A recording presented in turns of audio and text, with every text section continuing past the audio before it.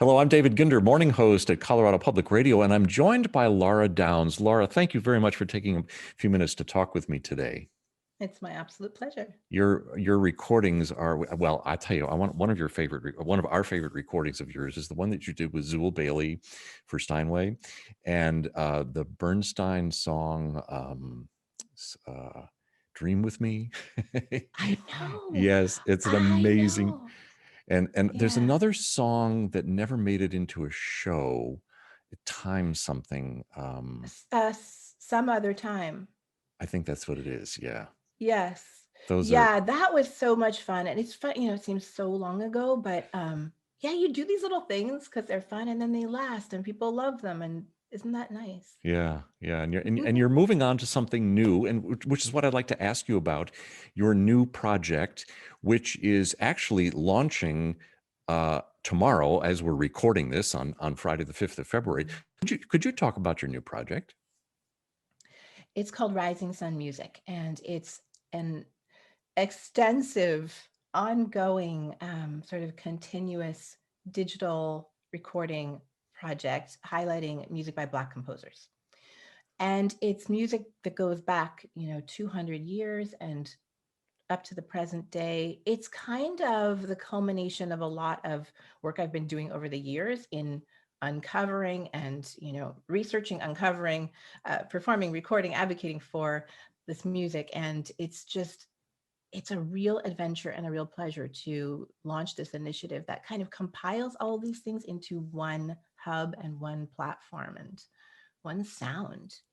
You're talking, you mentioned the word uncovering. So these are going to be first recordings in some cases? A lot of them are first recordings. There's a lot of digging around in archives and finding manuscripts. It's so exciting. And then, there's some things that have been recorded in the past, but really need fresh recording, need kind of Hmm. a modern take. Some things that really were kind of archivally recorded way back. And then, of course, works by living composers that will be getting their first recordings here too. Sure. You've been involved in, and other musicians have been involved in kind of revitalizing Florence Price's music. And a lot of her recordings, or a lot of her pieces, were found not so many years ago in, I think, an abandoned house, if I Mhm. remember correctly. Mhm. Where are you finding, you mentioned archives, where are you finding the material that you're using for this project?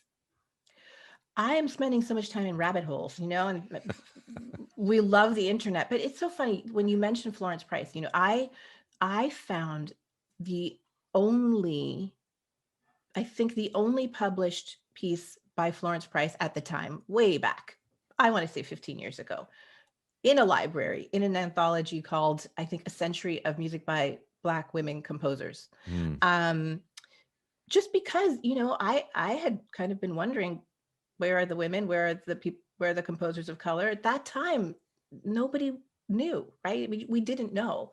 So I started playing this one piece. I fell in love with it. Listeners fell in love with it, and then yeah, the music gets found in an abandoned house by chance. And then step two, the music gets put in boxes at the University of Arkansas, and the music stays there. And I think that until literally last year, and I've been working really closely. In fact, I take a little credit for getting into those boxes because I was doing a residency down in Texas, and my host, a musicologist named Michael Cooper, had gotten all excited about Florence Price because of my recording. And I said, there's got to be a lot of piano music in those boxes. And he went down there, and then Shermer published the stuff, and I've recorded all this stuff. Sorry, I'm going on about Florence Price, but this adventure of discovery, you ask, where do you find these things? It's a process. You're researching one writer, that leads you to three more names. You start looking, you find yourself in some library database, you reach out, you contact the librarian, they get you to scan. It's a whole thing. The one thing, I always wanted to be a pianist, but there were two spots along the way. At one point I wanted to be an actress, and at another point I wanted to be an archaeologist. So I feel like I'm living my Ah, archaeologist fantasy right sure. now. Yeah. Well, is it your hope that your digging and uncovering and going through dusty boxes today will lead to a revival of some of these composers that you're discovering today? Down the road a little bit. Yeah, I'm kind of obsessed with this past, present, future continuum. Mm. And in music, honestly, we forget about it sometimes, right? We really fixate on the past, even when Hmm. it comes to these new revelations. We look at those as historical moments. I want to say this happened then, and here's what we're doing now, and here's what that means for the future. So that's my objective in, getting this music out, getting it, to be played on the radio, to be heard by so many listeners who may be players themselves, who may be scholars, who may be authors, who want to write about these figures, who may be piano students, who may be like just little kids growing up with this music. And I think that there's a change that happens really fast once this music becomes part of our sound world and something that we're living with all the time. Laura, could I ask you to talk about the first release, which is Friday, February 5th, and it's based in Harlem, I think, right? Yeah, yeah. So Harlem is a little bit of a birthplace for me. My dad grew up there, and I found out just very recently, this is kind of a convoluted story, but the church where my dad grew up in Harlem, called St. Philip's, is the same church where Harry T. Burley, back in the 1890s, No had kidding. come to be a parishioner, and was studying right around the corner there at the American Conservatory, which is where he met Dvorak, which is where this whole thing happens. So that means a lot to me. And Yeah. also, it's Harlem as a center of migration and a place where people come to find themselves and to create new things. So the first EP, the first series of tracks, is called "Remember Me to Harlem." It's a Hmm. quote from Langston Hughes, and it's music from many different artists who passed through Harlem, from William Grant Still, who was sort of like the musical center of the Harlem Renaissance. I did a piano arrangement of a tune from U.B. Blake's show Shuffle Along, um, and a Langston Hughes Margaret Bond song. It's really, it's kind of different perspectives on Talk creativity. talk a little bit about Benny Golson, if you would. Yeah. So Benny, who is I think 92 now, I want to say Mhm. 92, legendary saxophonist and composer, and old friend of mine, father figure to me, um, and the last living member of that iconic photo, "A Great Day in Harlem." Yes. Right? Oh, wow. Yeah, yeah, yeah. So Benny, over the years, has written me these beautiful piano pieces, and this one is called "Classical Dreams," and it's the first time anyone will hear it, and I'm so honored to be able to do that. Yeah. Laura, the people who listen to CPR classical and love Brahms and Mozart, what do you hope that they will walk away from this project of yours with? The thing about this music is that it's so familiar. The Mm. thing about the music that comes from this tradition, and again, let's go back to Dvorak and his, realization that the roots of American music, African American music, the spirituals, these folk songs, really identify our American sound. And I think we tend to forget that in the world of classical music. Certainly that has influenced every other genre of American music. But when we hear it, it's like this emotional resonance. We know these songs, these melodies, these rhythms. They're just in our culture, in our, like, the ground we walk on. Yes, within our So bodies. yeah, that's right. Yeah. And I think I experienced this with my Florence Price recordings. I hear every single week from listeners all over the world who say, "What is this? I love this. Tell me more."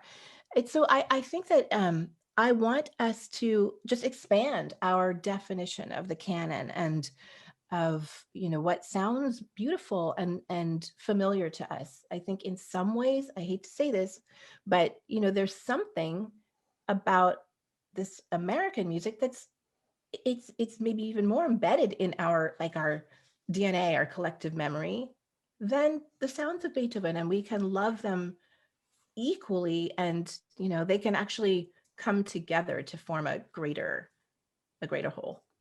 The project is called Rising Sun Music, and your first release for February 5th is Remember Me to Harlem. Could you talk about your plans for the future within this Rising Sun Music project?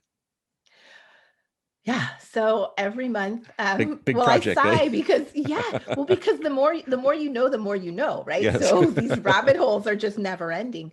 But next month, March will be a Women's History Month focus with music by Florence Price, Margaret Bonds, Hazel Scott, really just beautiful things. And then in April, we're doing, it's called Spring Fever, just different pieces that kind of, celebrate the turning of the seasons. So it's just, each month we'll have a theme. Each month we'll have new discoveries and some probably some things that, we do know, but it may be reimagined in some ways. Mhm. And just ongoing until we run out of music or I run out of steam. I don't know. I hope neither one ever happens. Right. And these performances are going to be not just piano, but piano and other musicians Right. too, right?